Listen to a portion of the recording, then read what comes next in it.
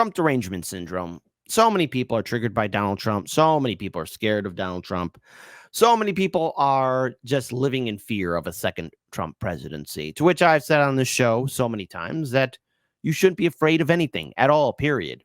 But yet we have many of these quote unquote pundits and leading figures tell us that we have to be afraid, that we have to hide, that we have to know what it's like to, be afraid under a quote unquote Hitler 2.0.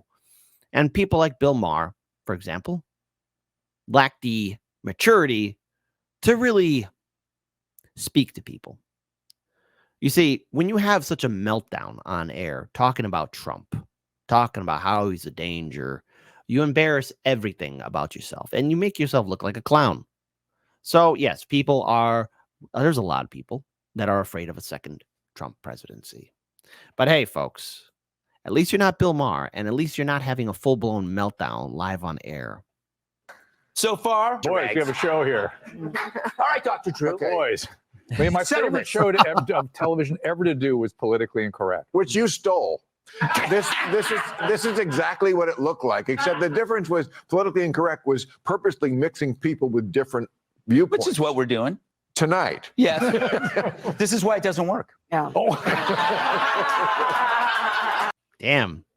Bill Maher seems to be a little bit salty about Politically Incorrect, but that's what happens when you give up your integrity and you decide to shill out to the neoliberal system. But you can tell there's a lot of bitterness in his voice, a lot of anger. Now, look, I don't know how the November election is going to play out. For all we know, Trump loses, and then that's it. Biden gets elected into the White House again, or whoever the Democratic nominee will be, because, you never know what's going to happen at the DNC convention. Or either that, the other option is Trump becomes president. No matter what, the world still moves on. But so many people are just bitter and resentful after 2016 that they still cling on to it to this day. When, in fact, what I would say to a lot of these vote blue, no matter who sycophants, a lot of these activists who made names for themselves, a lot of these pundits who kept on profiting off of Trump derangement syndrome, most notably Bill Maher or Rachel Maddow, you guys should be salivating at the mouth. This is a chance for you guys to once again be earning that big bucks. Trump was the biggest job producer for the vote blue, no matter who industrial complex. I'm kidding. No.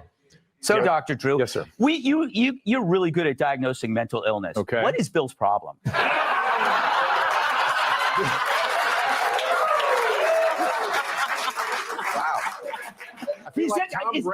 Let me. It does feel personal about Trump with Bill. It's not. It feels that way. No, I don't think so. Personal. No. It's just a difference of opinion. He did sue me. Did he sue you? Of course. I didn't know that. Really? No. He's here in news? Yes. I don't follow everything in your life, Bill. Right. Well, that was kind of. Yes, he sued me because I said he possibly was the son of an orangutan. Oh. Because we showed the picture, he looks exactly like the hair color. It looks exactly like an orangutan. You know what's interesting as far as it pertains to Orange? He has always been the stand-up politician, right? But now he's sort of heading towards Carrot Top. Some of the stuff he's doing at the podium with the Tic Tacs and everything. He's really becoming a comedian at the podium. Well, he's you know what? He realizes that he's winning. I think that's bothering you, Bill. Well, it is. Let's talk about winning. Hold on. Unfortunately, vote blue, no matter who. If you're watching, don't get triggered. Trump leading Biden by 4 points across key swing states. This is happening today. Former President Trump is leading President Biden across multiple swing states by 4 points, according to a survey released this week. The Bloomberg Morning Consult poll found that in a hypothetical rematch between Trump and Biden across 7 battleground states, including Arizona, Georgia, Michigan, Nevada, North Carolina, the great state of Pennsylvania, and Wisconsin, the former president brought in 48% of the vote to Biden's 44%.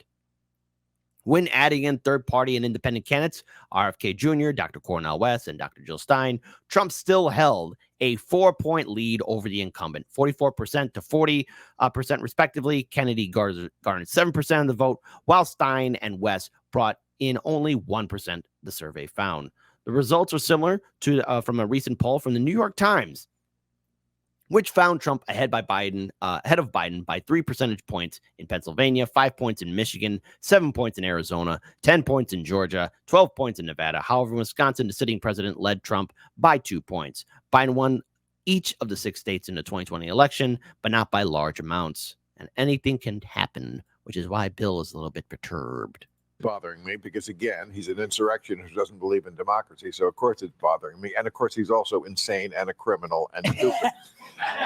Except for that, but, Bill. but I got to say, I'll vote for him. like, what works for him, like when that clip you just showed, I mean, look, he's almost the same age as Biden, but Biden presents as old. Yeah. Ancient. Yeah. That does not look old. Mm-hmm. No, it doesn't. He does not present as old. Yeah. I mean, he's like Kiss. He puts on the wig and the face paint, and it's 1976 all over again.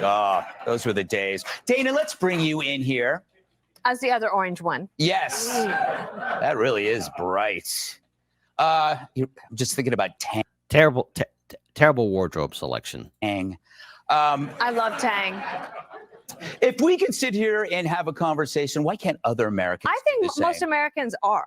Yeah. I think a lot of this Right. is actually online, and that Mhm. it is people thinking that America is so polarized when in your daily life, if you get offline and you see people in the grocery store, there's a smile, you share a smile. Like I know that there are people that would never, maybe at a school board meeting, right? Those get contentious, and you could feel like nobody agrees with me. And I hear that a lot, but I'm like, I look around, I'm like, actually, I don't think people are that much at each other's throats.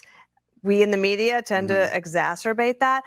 One of the things that Bill had over the weekend on his show was Nellie Bowles. Yeah. She is a co-founder of the Free Press, independent media.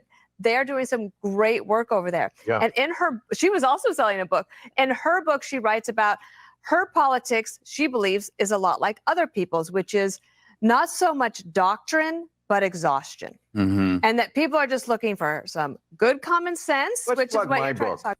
Hey, so while everyone's writing a book, don't worry. I'm going to write my book too. All right. It's good. It's going to be called What Could Possibly Go Wrong? A Kit Cabello Story. But no. Here's my question I want to ask you, my viewing audience. Do you feel that America is so heavily divided that there's civil war in the horizon? Type 1 for Kit. We're so divided. We're so divided. We don't know what to do. We're going to be fighting each other. It's going to be crazy. It's going to be cats and dogs living together. Mass hysteria. Type 2. No, I don't think people are divided. We're just exhausted, burnt out, and scared. I think the option is just 2. It's just people are just burnt out. All right. Look, your neighbor is not your enemy. Your coworker is not your enemy. Your family members that you get in arguments with at Thanksgiving are not your enemy. You know, somebody who you're having a disagreement with is not your enemy. You want to know who the enemy is? It's Washington, D.C., okay? Who has the 6-figure salary? Who has the wonderful benefits? Who has a nice, cushy lobby job waiting for them? Who's able to do insider trading? Who's able to do all these mass amounts of corruption that if even you guys, all of you, even did just a small fraction, you will never see the light of day ever? It's the United States Congress, the Senate and House, Democratic and Republican politicians. That's the bad guy. Those are the ones writing the rules and regulations and laws that have been stifling us, weighing down on us while we struggle day in, day out. Your enemy is not the average person. Your opponent is DC. Talk about here. We are plugging Can your you book. just calm down, Bill? We will get Well, to it. but But I don't think people are now I asking. understand all the rumors about you are true. I don't know what that means. You know what?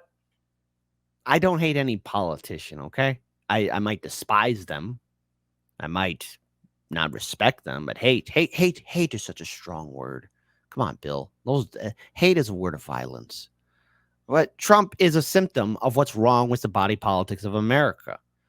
You know, when Trump got into office, I knew damn well, okay, well, how did the country get Trump in the first place? You would think that after 8 years of Obama, you know, in theory, the Democrats should have had this in the bag, but they didn't because Obama, being a neoliberal Democrat, implemented the same policies that Bush and Clinton would implement.